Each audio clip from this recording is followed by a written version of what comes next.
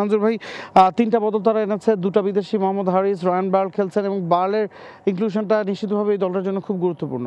Definitely আমরা যেটা বলছিলাম যে ও কিন্তু ফরেনার মানে মোহাম্মদ হারিস কিন্তু আমরা সেই রকম ভালো পারফরমেন্স করতে দেখিনি। একমাত্র বিদেশি হিসেবে সেই পারফর্ম করছে এবং যাদেরকে তারা খেলিয়েছে তারা আন্ডার পারফর্মিং। সুতরাং এই দুইজন বিদেশির উপরেই তারা ভরসাটা রাখছে। কিন্তু আমার যেটা মনে হয় যে সেটা হচ্ছে যে রংপুর কেন টস জিতে বোলিংটা নিল, সেটার পেছনের মূল কারণটা হচ্ছে এই টুর্নামেন্টের সেরা বোলিং অ্যাটাক হচ্ছে রংপুরের। এবং আপনি দেখেন যে সবশেষ ম্যাচটা চিটাগাংয়ের সঙ্গে যেটা হারলো 111 রানে এই রাজশাহী, ওরা মাত্র 80 রানে বুকড হয়েছিল, অল আউট হয়েছিল। তার মানে তারা রীতিমতো যুদ্ধ করছে।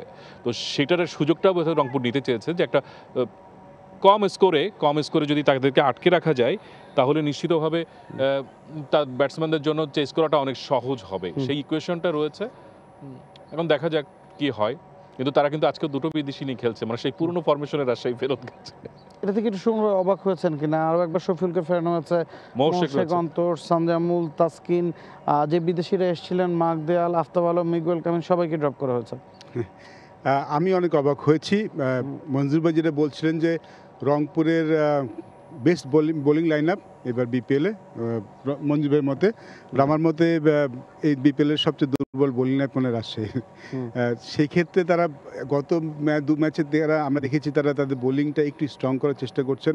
With all due respect to Shafiul and Morshed, তারা কিন্তু খুব ভালো যে ফর্মে আছেন তা নন, তাদের অ্যাবিলিটি নিয়ে আমার কোনো প্রশ্ন নেই, বাট তারা এই বিপিএলে অতটা ভালো ফর্মে নয়। সেক্ষেত্রে তাদের দুজনকে আবার একসাথে খেলানো হচ্ছে। আমরা দেখেছি এই দুজন যখন একসাথে খেলেছে তাদের বোলিংটা স্ট্রাগল করেছে, পাওয়ার প্লেতে স্ট্রাগল করেছে। মাঝখানে তারা কিন্তু প্রতিপক্ষ তখন জেনে নিচ্ছে ওয়াচ আউট তাসকিনের ওভারগুলো দেখে নাও, বাকিগুলোতে গেম প্ল্যানটা সহজ হয়ে যাচ্ছে। এবং রংপুরের তারা নিশ্চয়ই একাদশটা আগে জানেনি, বাট তাদের মাথায় এটা ছিল যে রাজশাহীর বোলিংটা অতটা স্ট্রং নন। এবং সকালে যখন উইকেট দেখতে গিয়েছিলাম, আজকের উইকেটটা কিন্তু গতকালকে উইকেটের মতো নয়। গতকালকের উইকেটটা অনেক ড্রাই ছিল, আজকে কিন্তু একটু সবুজ আছে উইকেটে এবং একটু হলো মশা আছে এবং বিকালে ব্যাটিংয়ের জন্য খুব ভালো হওয়ার কথা।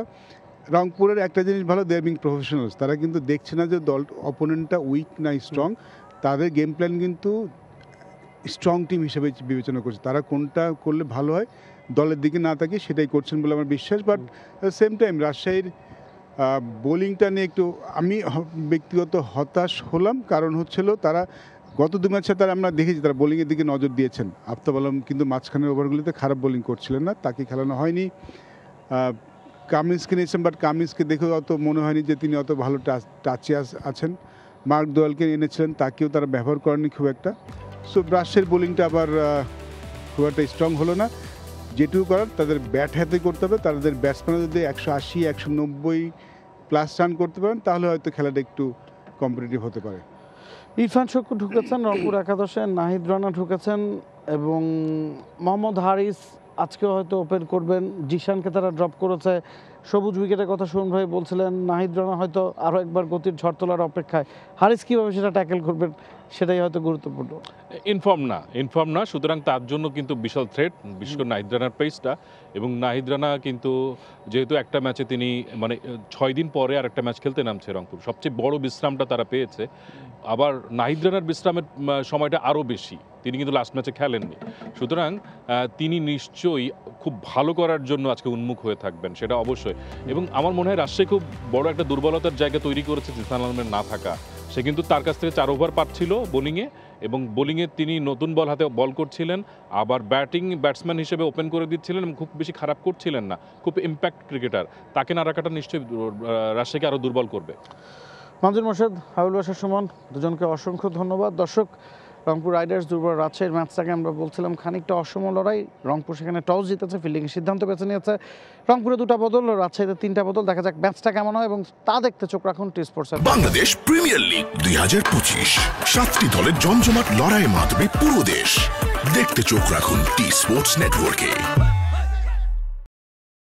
For more updates, subscribe to our YouTube channel and click on the bell icon. Follow us on Facebook and Instagram. Download T-Sports app to enjoy exciting games and highlights. Visit tsports.com.